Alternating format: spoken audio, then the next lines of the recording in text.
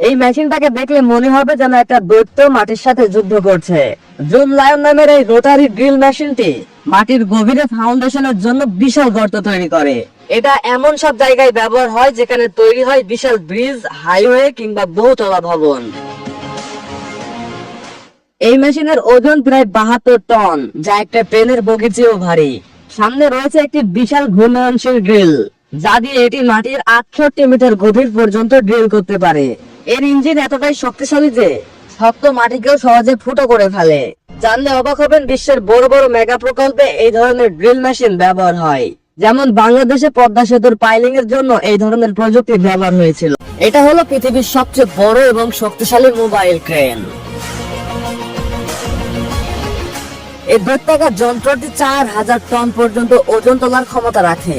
Bridge নির্মাণ, wind turbine বসানো কিংবা বিদ্যুৎ কেন্দ্র স্থাপন, এমন সব মেগা প্রজেক্টের জন্য তৈরি হয়েছে এই বিশাল মেশিন।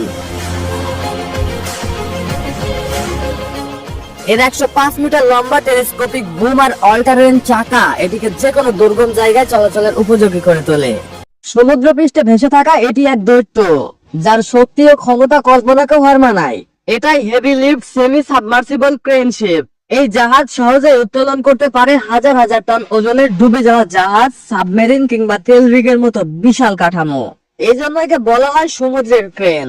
জাহাজটির গায়ে বসানো রয়েছে দৈত্যাকৃতির হেভি লিফট ক্রেন, আর এই ক্রেন তুলতে পারে